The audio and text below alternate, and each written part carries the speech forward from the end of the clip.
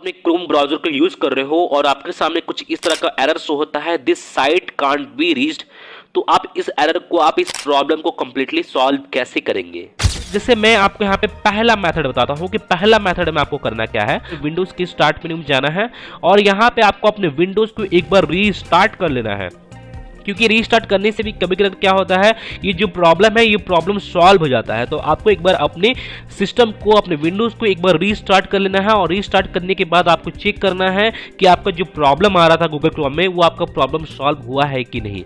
अगर इनकेस अगर आपका ये प्रॉब्लम सॉल्व नहीं होता है तो अब मैं आपको यहाँ पे सेकेंड मेथड में आपको बताता हूँ कि सेकेंड मेथड में आपको करना क्या है। सेकेंड मेथड में आपको अपने क्रोम को अपने ओपन कर लेना है। अब आपको यहाँ पे 3 डॉट का आपको यहाँ पे आइकन शो हो रहा होगा, मेनू आइकन आपको यहाँ पे शो हो रहा होगा, तो आपको इसके ऊपर क्लिक करना है। बाद आपको अपने क्रोम के सेटिंग्स में चले जाना है।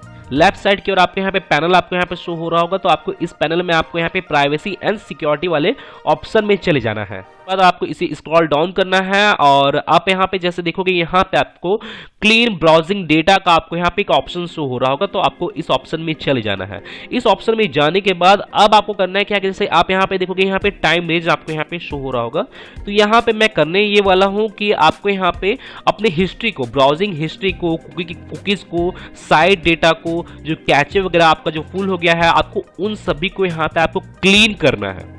और जैसे आप यहाँ पे देखोगे यहाँ पे टाइम रेंज में यहाँ पे लास्ट आवर्स यहाँ पे शो है, तो आपको यहाँ पे इसे ऑल टाइम आपको यहाँ पे सेलेक्ट कर लेना है। मैं यहाँ पे रिकमेंड करता हूँ कि आप यहाँ पे ऑल टाइम यहाँ पे सेलेक्ट कीजिए और सेलेक्ट करने के बाद आपको इन सभी को आपको क्लीन कर लेना है। जैसे आप यहाँ पे देखोगे यहाँ पे क्लीन डेटा का ऑप्शन है, तो आपको इस पे क्लिक करके आपको इन सभी को क्लीन कर लेना है।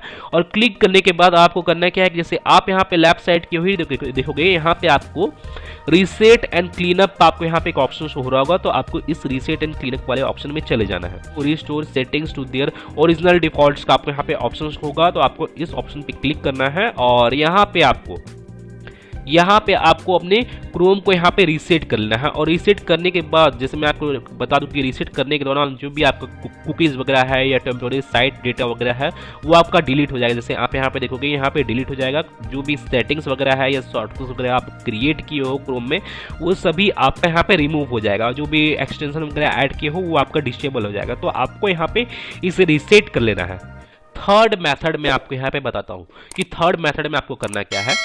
विंडोज के स्टार्ट मेन्यू में जाना है और आपको यहाँ पे टाइप करना है cmd। तो आपको अपनी कमांड प्रॉम्प्ट को रन एज एडमिनिस्ट्रेटर की हेल्प से आपको इसे ओपन कर लेना है। मैं यहाँ पे एक कमांड टाइप करता हूँ, जैसे मैं आपको बताता हूँ ipconfig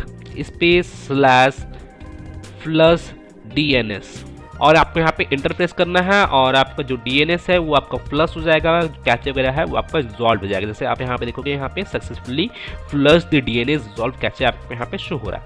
अब आपको करना क्या है कि आपको अब यहाँ पे एक और कमांड को आपको यहाँ पे टाइप करना है। जैसे मैं आपको बताता हूँ net sh int ip reset और आपको यहाँ पे इंटर प्रेस करना है और जो भी आपका नेटवर्क से रिलेटेड जो भी है वो आपका रीसेट हो जाएगा।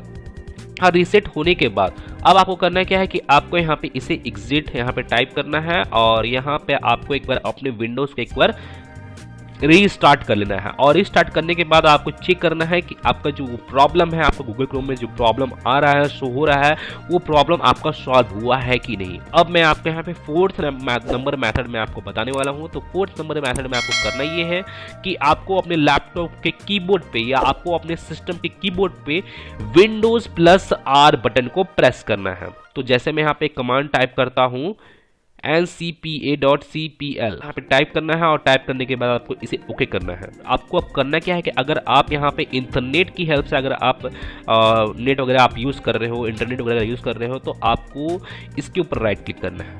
अगर आप यहाँ पे वाईफाई के द्वारा आप यहाँ पे इंटरनेट यूज़ कर रहे हो तो आपको इसके ऊपर राइट क्लिक करना है। मैं आपको बता दे रहा हूँ, अगर आप दोनों में से किसी की ऑप्शन की हेल्प से, मतलब किसी भी इंटरनेट की हेल्प से यूज़ कर रहे हैं तो उसके ऊपर आपको राइट क्लिक करना है। अगर आप वाईफाई की हेल्प से यूज़ कर रहे हैं तो आपको उसके ऊपर राइट क्लिक करना है। आपको इसके प्रॉपर्टीज़ में चले जाना है। जैसे मैं यहाँ पे वाईफाई के द्वारा मैं यहाँ पे इंटरनेट यूज़ कर रहा हूँ तो मैं यहाँ पे इसके प्रॉपर्टीज़ में जाता हूँ। जैसे आप यहाँ पे देखोगे इंटरनेट प्रोटोकॉल वर्जन 4 TCP/IPv4 का आपको यहाँ पे ऑप्शन शो होगा, तो आपको यहाँ पे इस ऑप्शन पे क्लिक करना है और इस ऑप्शन पे क्लिक करने के बाद अब आपको इसके प्रॉपर्टीज़ में चले जाना है। तो आपके सामने कुछ इस तरह का इंटरफेस शो होगा। तो यहाँ पे अब आपको करना ये है कि आपको यहाँ पे use the following DNS server addresses पे यहाँ पे आपको चेक मार्क करना है। और चेक मार्क करने के बाद यहाँ पे देखोगे यहाँ पे आपको 2 ऑप्शन दिख रहा होगा, प्रीफर डीएनएस सर्वर का और यहाँ पे अल्टरनेट डीएनएस सर्वर का आपको यहाँ पे ऑप्शन शो हो रहा होगा। तो यहाँ पे आपको क्लाउड डीएनएस आपको यहाँ पे टाइप करना है। क्लाउड डीएनएस का जो वैल्यू है आपको यहाँ पे टाइप करना है। जैसे क्लाउड डीएनएस का वैल्यू क्या है 1 1 1 1 और यहाँ पे आपको टाइप करना है 1 0 0 1। क्लाउड डीएनएस का जो वैल्यू है यही है, तो आपको यहाँ पे टाइप करना है। और आप चाहे तो आप यहाँ पे गूगल डीएनएस का जो वैल्यू है आप उसे भी टाइप कर सकते हो। तो जैसे मैं यहाँ पे सबसे पहले तो क्लाउड डीएनएस को आपको यहाँ पे टाइप करके दिखाया हूँ। अब आपको यहाँ पे इसे ओके करना है और इसे क्लोज करना है और इसे भी क्लोज कर लेना है। और आपको चेक करना है कि आपका जो गूगल क्रोम है वो प्रॉपर तरीके से वर्क कर रहा है कि नहीं, जो आपका वेबसाइट है वो ओपन हो रहा है कि नहीं। अगर इनकेस आपका जो वेबसाइट है वो ओपन तब भी नहीं हो रहा है तो अब आपको करना क्या है कि आपको इसी ऑप्शन पे आना है और यहाँ पे इंटरनेट प्रोटोकॉल पे आपको मतलब इससे सेलेक्ट करना है और इसके प्रॉपर्टीज में जाना है। अब आपको यहाँ पे जैसे मैं आपको गूगल डीएनएस भी बता देता हूँ, तो आपको यहाँ पे गूगल डीएनएस को आपको यहाँ पे टाइप करके आपको यहाँ पे सर्च करना है। जैसे गूगल डीएनएस हो गया आपका 8888, ये आपका गूगल डीएनएस हो गया है। तो यहाँ पे जैसे मैं टाइप करता हूँ 8844, ये मेरा गूगल डीएनएस हो गया है। तो आपको यहाँ पे गूगल डीएनएस को आपको यहाँ पे टाइप करना है। अगर क्लाउड डीएनएस का आपका ये प्रॉब्लम सॉल्व नहीं होता है तो गूगल डीएनएस को टाइप करने के बाद आपको इसे ओके करना है और इसे क्लोज करना है और इसे क्लोज कर देना है। और एक बार आपको अपने सिस्टम को भी एक बार रीस्टार्ट कर ही लेना है। और रीस्टार्ट करने के बाद आपको यहाँ पे अपने गूगल क्रोम को ओपन करके चेक करना है कि आपका जो वो प्रॉब्लम है वो प्रॉब्लम आपका सॉल्व हुआ है कि नहीं। अब मैं आपको यहाँ पे 5th नंबर में आपको मेथड बनाने वाला हूँ। 5th नंबर मेथड में आपको करना क्या है, स्टार्ट मेन्यू में जाना है और स्टार्ट मेन्यू में जाने के बाद आपको यहाँ पे कंट्रोल पैनल आपको यहाँ पे टाइप करना है।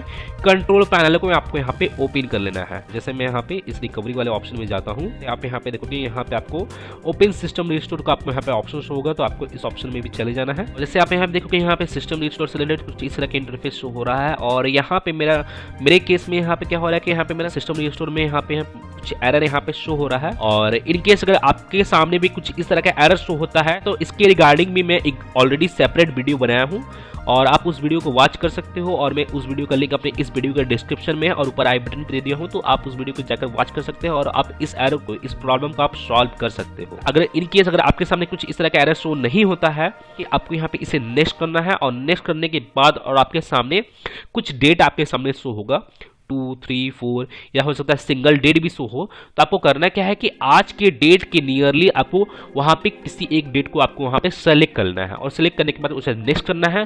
और नेक्स्ट करने के बाद वहां पे आपको एक सी ड्राइव आपको वहां पे शो होगा, तो आपको सी ड्राइव को सिलेक्ट करके आपको उसे फिनिश कर देना है और आपका जो सिस्टम है, आपका जो विंडोज है वो रीस्टोर होना स्टार्ट हो जाएगा।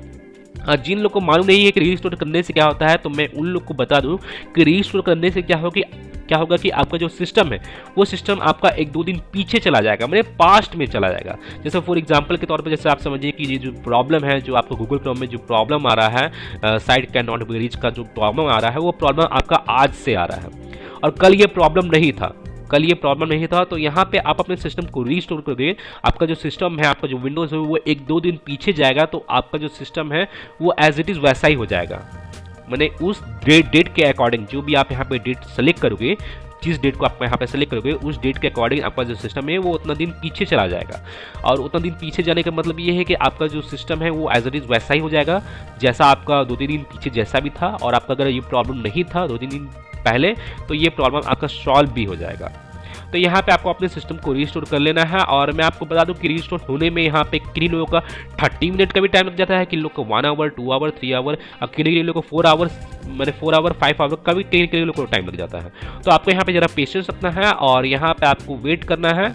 और मैं आपको बता दूं कि यहाँ पे जो टाइम ड्यूरेशन का जो टाइम लगता है, यहाँ पे जो टाइम ड्यूरेशन है वो आपके सिस्टम की डेटा पे डिपेंड करता है कि आपके सिस्टम में कितना डेटा है, उसके अकॉर्डिंग यहाँ पे उतना टाइम आपको यहाँ पे देखने को लगता है, मैंने देखने को मिलता है। तो गाइज मैं फिर मिलता हूं नेक्स्ट वीडियो में, till then and bye bye.